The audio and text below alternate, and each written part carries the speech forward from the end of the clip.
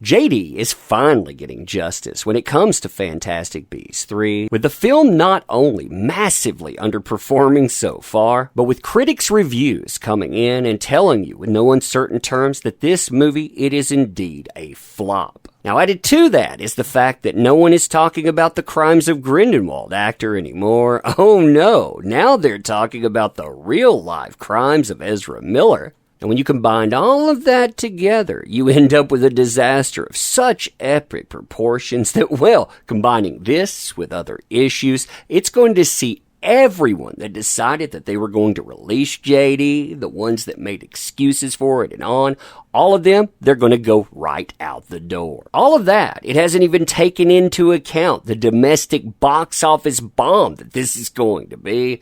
Yeah, you and I, we're going to talk about all of this stuff today. Fun times, huh? Fun times indeed. So, hey there to all you fine folks on this fine day. By the way, I hope you are doing excellently. And quickly, before we get started, check out and back our project. It is live right now on Indiegogo. Link is in the description. We can complain about these companies forever, or we can back alternatives. We've made one. We desperately need your help.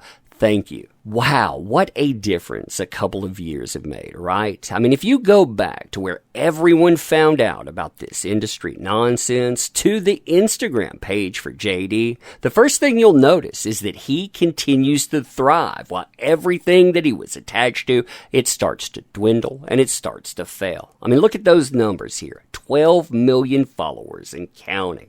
Now, if you go down to the post that let everyone know about this too, 3.4 million likes and growing. I mean, that's around 28% of his follower count. Typically, you get around 2 to 5% on Instagram. Yeah, you can understand why this here, in this sentence, we're going to read it really quickly, that it started down a road that's going to end a franchise. November 6th, London. In light of recent events, I would like to make the following short statement. Firstly, I'd like to thank everyone who has gifted me with their support and loyalty.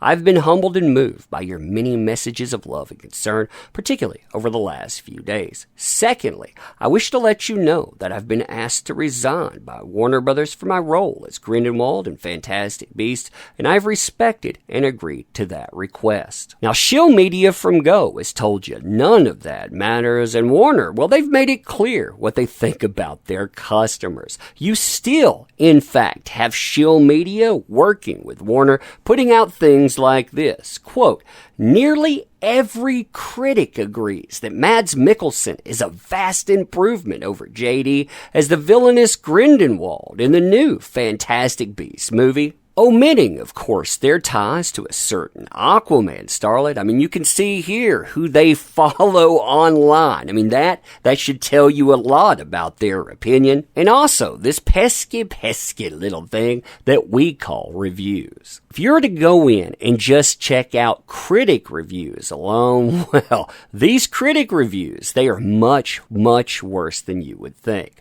While Secrets of Dumbledore looks very nice, it's a drudge to watch. Oh, that's not flattering. 2 out of 5. Dumbledore starts off slow, sputters occasionally in life, but never really threatens to become engaging or particularly entertaining film. 2 out of 5. Now, when you start going through this, I mean, what you find here, too, is that the good reviews, well, they give it 3 out of 5. 60% rating. It comes up over and over again, too. 3 out of 5. 3 out of 5. Now, what's even crazier than that is that some places, they don't even score it that high, while also telling you, hey, you need to check this out. For example, you have Screen Rant here saying this is certified fresh. You need to check it out, while also saying, you know what, this movie, it has a 2.5 out of 5. I mean, how is that a passing grade?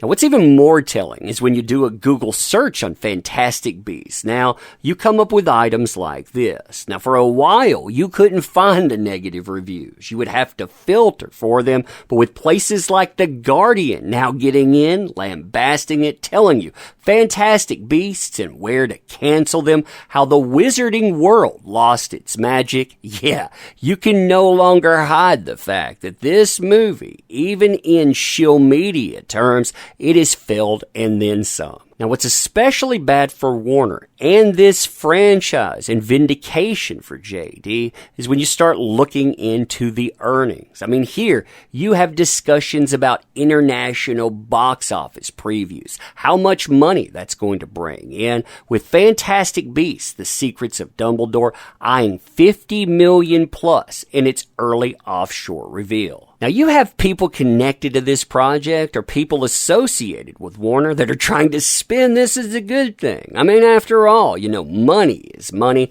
But unfortunately for Warner Brothers, their own shill media is setting the record straight. This is Deadline. They are a huge shill for Warner. They are a huge shill for that certain Aquaman starlet. They don't want JDs to succeed at all. But despite that, well, look at what they have to say. Currently, estimates for the early offshore release are in the mid-$50 million range. Now, when you compare that to the previous two movies, they say, well, that's down. I mean, look at how far that's down, though. The first movie opened for $120 million. The second movie, it opens for $115 million. And this third installment, with all the baggage that it's carrying, $50 million. That is a substantial decrease. Now, making this debacle much, much worse for Warner are the Fantastic Beasts domestic box office predictions. Listen to this here. However, it seems that The Secret of Dumbledore will potentially do even worse at the box office than its predecessor. According to Box Office Pro, the projections for the latest Fantastic Beasts sequel see the film only earning between $40 million and $55 million over its 3-day opening. The last movie, by the way, it opened at over $60 million. So $60 million to $40 million, that is a substantial decline. And a total box office of between $100 and $140 million. And when you look at the last movie, you were talking about $160 million plus. Now, all of that has come together in a perfect storm that sees true justice for JD when it comes to the Warner Brothers level, because all of the people that were involved in getting rid of him, you have an article talking about that here. A new report intimates that the decision getting rid of him again was made by Warner Media's freshly appointed CEO, Jason Kilar, Warner Brothers' freshly installed chairman, Ann Sarnoff. They, plus the people that spun this decision, the one that signed off on it and more, they're all unceremoniously thrown out of Warner Brothers now. And like I reported March 29th, when I broke the story in Rolling Stone, well, they stepped in at April 6th, days later, calling it an exclusive. The guy that became the face of all of this? Yeah, Ezra Miller. The problems are just getting started. Now, like I was saying before, check out and back our project. It is live right now on Indiegogo. Link is in the description. This is our alternative to the industry that is nonsense. You walk away from that, you walk toward an alternative. You say, too, all the money earned, this could have been yours if you listen to us. Yep, help us send that message. 3 days out of our 30 are left here, so check that out. Thank you, too, for being here, making this channel work. I appreciate the heck out of you. And with that, I want to say thanks again, and we will see you soon.